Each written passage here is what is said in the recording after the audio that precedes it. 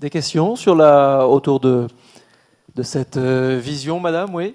Cette vision domotique, c'est plus qu'une vision, c'est une réalité. Ah, c'est une réalité, oui. Ça marche, c'est une réalité. Madame. Bonjour, Gulseren Verhulst-Altoun, je suis chargée d'études à l'Audace, à l'agence d'urbanisme de Seine-Aval. Par rapport à la domotique, on a, je pense, tous un peu l'idée que c'est quelque chose qui est surtout appliqué dans les maisons et dans les maisons individuelles plutôt aisées. Et est-ce qu'il y a une application possible ou qui existe plutôt dans le collectif et dans le collectif social? Merci pour la question. Alors, domotique, domus, la maison, pour le coup, c'est effectivement une technologie qui s'adresse pour l'habitat et le petit tertiaire de proximité dont on considère que les contraintes sont assez similaires des contraintes du résidentiel. Similaires, je ne veux pas dire pareil, mais semblables, pas très éloignées. En tertiaire, on parle généralement d'imotique ou de gestion technique du bâtiment, c'est une chose assez différente. Le logement collectif est en train de bouger de manière forte et au risque de vous surprendre, c'est justement ce que je pense fera vraiment bouger le marché dans les quelques semaines, mois à venir. C'est justement le logement collectif parce qu'un programme de 50 logements sont autant de showrooms puisque les familles ne vivent pas recluses, elles invitent, mamie vient prendre la tarte aux pommes le dimanche avec ses petits-enfants, les copains de la fille de la famille viennent jouer à la maison après l'école, et tout ça fait qu'on observe des choses un peu nouvelles, des interrupteurs peut-être un petit peu différents, qui font des choses un petit peu différentes, et de là donc ça permet une démocratisation. Alors la démocratisation, on la voit aujourd'hui dans un certain nombre de programmes qui sont plutôt situés comme étant moyens plus haut de gamme, c'est vrai, et en ça vous avez raison. Et pour autant, par rapport à la crise que l'on traverse depuis maintenant quelques mois, on s'aperçoit que les promoteurs ont tendance, un peu comme les fabricants de voitures avec les options d'ailleurs, ont tendance, pour essayer de se démarquer les uns des autres, j'espère qu'il n'y en a pas dans la salle, de proposer, ou alors au contraire j'espère, de proposer en option ou alors même en basique des fonctions domotiques de manière à se démarquer de la concurrence, et plutôt que d'offrir X frais de notaire ou autres choses et artifices qu'ils ont pour vendre, essayent de vendre une maison connectée, une maison smart, une maison intelligente, une maison tout simplement moderne et communicante. Donc, vous allez voir qu'au fur et à mesure que les choses vont avancer, la démocratisation va se voir de plus en plus, y compris dans le logement collectif. Une autre question? Ou un point de vue? Le point de vue, Raphaël Darmancourt, oui. Juste en complément sur ce sujet-là, nous, c'est un sujet sur lequel on travaille et on livre notre première résidence équipée, non pas en domotique au sens le grand résidentiel du terme, mais en tout cas avec des outils de suivi des consommations, de manière à pouvoir être, encore une fois, sur la pédagogie et l'information auprès du locataire qui, du coup, à n'importe quel moment, a accès à ces consommations, sait éventuellement comment intervenir pour les réduire et améliorer sa performance énergétique au niveau de son logement. Tout à fait. Est-ce que c'est un programme actuel? Tout à fait. Je précise aussi pour la vidéo. Oui, c'est un programme actuel. Et c'est une réflexion que les bailleurs mènent depuis un certain temps, alors plutôt avec les fournisseurs d'énergie qu'avec les fabricants, parce que ça fait un certain temps que les fournisseurs d'énergie nous proposent ces dispositifs-là, en vantant les mérites de cette pédagogie possible. Après, les bailleurs sont, c'est vrai, un peu réticents à se lancer sur ces questions parce que nous, on a besoin d'être sûr que c'est un investissement qui est pérenne, qui a du sens et qui n'est pas simplement un gadget de plus. Voilà. Mais je ne résume pas la domotique à un gadget, excusez-moi. Non, ce n'est pas de la science-fiction, ça on l'a bien compris, et ce n'est pas un gadget, c'est une réalité. Je peux dire allez-y, bien sûr. Un mot par rapport à ce qu'a dit Raphaël. Moi, le programme que j'aime bien mettre en avant, ça va peut-être surprendre, n'est ni à Paris 16 ni à Monaco, il est à Foix en Ariège. Moins de 2000 € le mètre carré là-bas, là où il a été fait. Et c'est simplement les fonctions lumière volée avec centralisation de l'un et de l'autre, pilotage à distance depuis le canapé ou depuis Paris quand on est en voyage, qui permet de simuler la présence, qui permet de tout un tas de choses. Ce qu'on vend le plus en domotique, vous allez voir à quel point c'est vraiment pas bling bling, mais tellement pratique, c'est le bouton qui éteint tout, à ramener de la fermeture centralisée des portes de la voiture sans laquelle aucune voiture ne se vendrait aujourd'hui. Bah, faisons le rêve, et je pense qu'Arnaud sera d'accord avec moi, qu'un jour on puisse avoir aucun appartement qui soit vendu sans le bouton qui condamne toutes les lumières qu'on est en train de quitter. Ça parle au père de famille qui part avec 2 enfants dans chaque bras est généralement en retard et qui n'a pas le temps d'éteindre toutes les lumières que les enfants auront consciencieusement allumées avant de partir. Ça parle à la personne âgée qui n'a pas forcément envie de faire le tour de sa maison pour éteindre toutes les lumières. Ça parle à la cadre dynamique. Vous avez vu comme j'évite tous les pièges du sexisme avec beaucoup de talent. Ça parle à la cadre dynamique qui part tellement pressée qu'elle n'a pas le temps de vérifier et qui éteint les lumières. Et puis si de toute façon on a oublié, on prend son smartphone et puis on éteint toutes les lumières depuis son bureau. Et tout va très bien. Et c'est ce genre de choses, ces messages un peu apaisants sur la domotique que je m'efforce de donner à chaque fois pour faire sortir l'idée de la domotique égale maison du footballeur, sans laquelle on ne le démocratisera jamais. Ce n'est pas Minority Report, c'est pas non plus la maison de Ronaldo. Il y avait une question, c'est bien ça, oui, une question au deuxième rang. Ronaldo ou Ibrahimovic, hein, ici, bien sûr. Rachel Dubreuil d'Énergie Solidaire. Je vais me faire un peu l'avocate du diable, mais est-ce que ça ne nous empêche pas, en un sens, justement, d'acquérir des automatismes? On a eu les mêmes questions sur la lumière par détection, où du coup on a perdu l'automatisme d'allumer et d'éteindre. Est-ce qu'il n'y a pas un petit côté comme ça qui va nous rendre totalement dépendants et nous déresponsabiliser face à ces questions? C'est une vraie question. Ça me fait penser à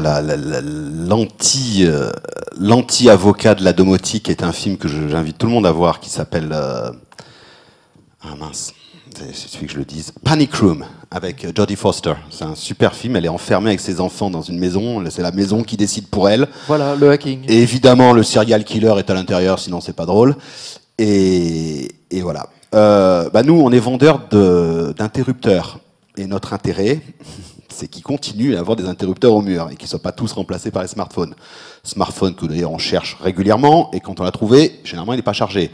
Donc si on se met comme ça à avoir des actions sur d'autres supports que l'interrupteur ou des actions de détection automatique seulement, je pense qu'on va enlever le pouvoir aux gens et qu'il faut leur laisser, je considère, d'avoir ce geste séculaire qui consiste à aller sur un bouton et éteindre la lumière. Je rappelle que dans une maison, il rentre mamie le dimanche, comme je viens de le dire, ou papy.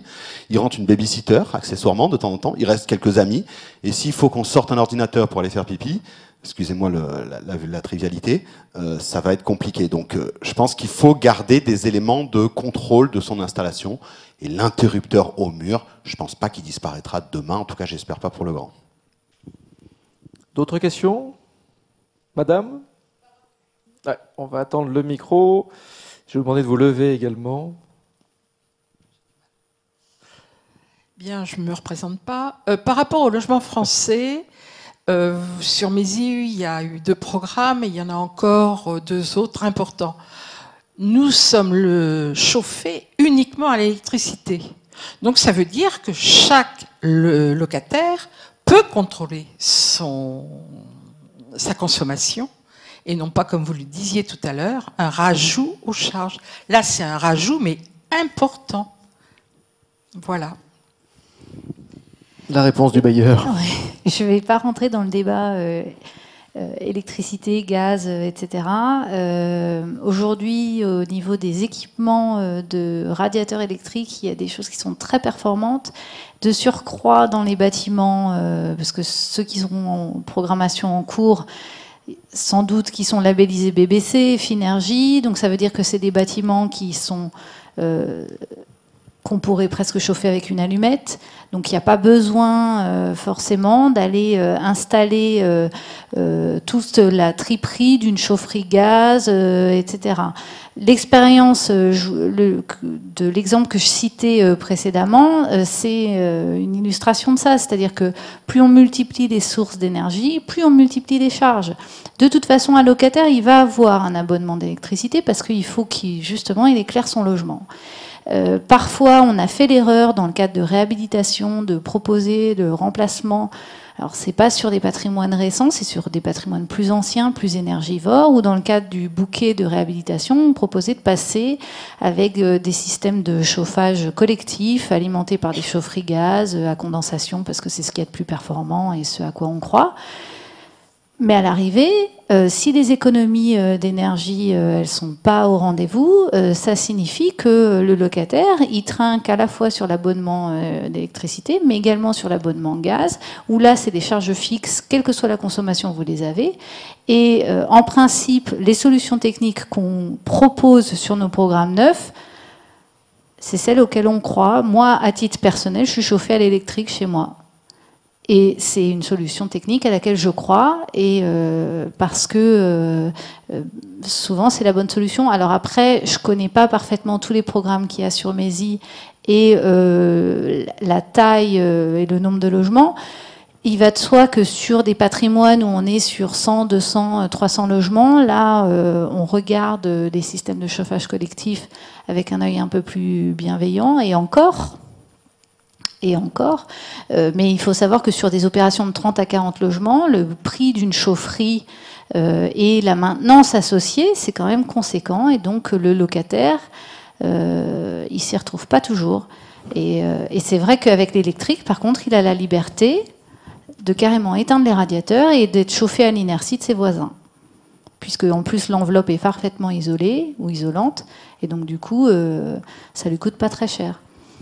Ce qui n'est pas forcément une très bonne chose pour la pérennité du bâtiment et les problèmes de pont thermique, etc. Mais en tout cas, je suis convaincue que mes collègues qui ont livré ces opérations sur Mézy et qui sont sur le point d'en livrer d'autres ont fait un choix pertinent au regard de la taille de l'opération, du niveau de performance attendu, de la qualité architecturale et de la composition, parce que l'architecture joue aussi sur certains choix techniques qu'on peut faire. Et en tout cas, moi, ce que je suis ici pour dire, c'est que en tant que bailleur, nous, cette question des charges, elle est au cœur de nos préoccupations, au cœur de tous les débats qu'on a en interne et avec les partenaires, quels qu'ils soient, hein, que ce soit les collectivités ou bien même les entreprises et les maîtres d'œuvre, parce que parfois il y a des maîtres d'œuvre qui ont plein de super idées, mais sauf que nous on leur dit ça, on sait qu'on ne sait pas l'entretenir, donc on n'en veut pas. Parce que derrière, c'est beau sur le papier, mais on sait que ça ne marche pas. Et donc, voilà. Merci. Il y avait une question, mademoiselle, il y avait une question au deuxième rang également. Et puis après, on prendra éventuellement une dernière question. Vincent Levistre, Énergie Solidaire. En fait, c'est pas vraiment une question, c'est plus un petit complément. Sur la question, justement, par rapport au logement collectif, alors le problème est le même sur l'individuel, il n'y a pas vraiment de solution miracle. Alors là, on parlait de la source d'énergie comme la principale cause d'une éventuelle surconsommation. C'est pas vraiment le cas, que ce soit en électrique ou que ce soit en gaz. Si on n'a pas d'équipement performant, déjà, on va pas y arriver. Que ce soit en électrique ou que ce soit en gaz ou bois ou autre, hein, peu importe. Si on n'a pas un comportement responsable, derrière, ça va pas suffire. Sur ce que vous disiez effectivement que le logement, dans le logement collectif, une chaudière individuelle, c'était pas pertinent parce qu'il y avait des surconsommations. Ça dépend, ça dépend. Oui, justement, mais c'est toute la nuance, c'est qu'effectivement, ça dépend vraiment de beaucoup de paramètres. Et on peut très bien avoir un logement très performant avec du chauffage individuel électrique, comme un bâtiment très performant avec du chauffage collectif au gaz et éventuellement du sous-comptage individuel. C'est là toute la nuance qu'il faut avoir. C'est une réflexion vraiment globale, sachant que la base, c'est le comportement responsable. Ensuite, un bâtiment qui va être très performant. Et après, peu importe, on va dire, l'énergie qu'on va utiliser pour chauffer et compenser les besoins et les déperditions du logement.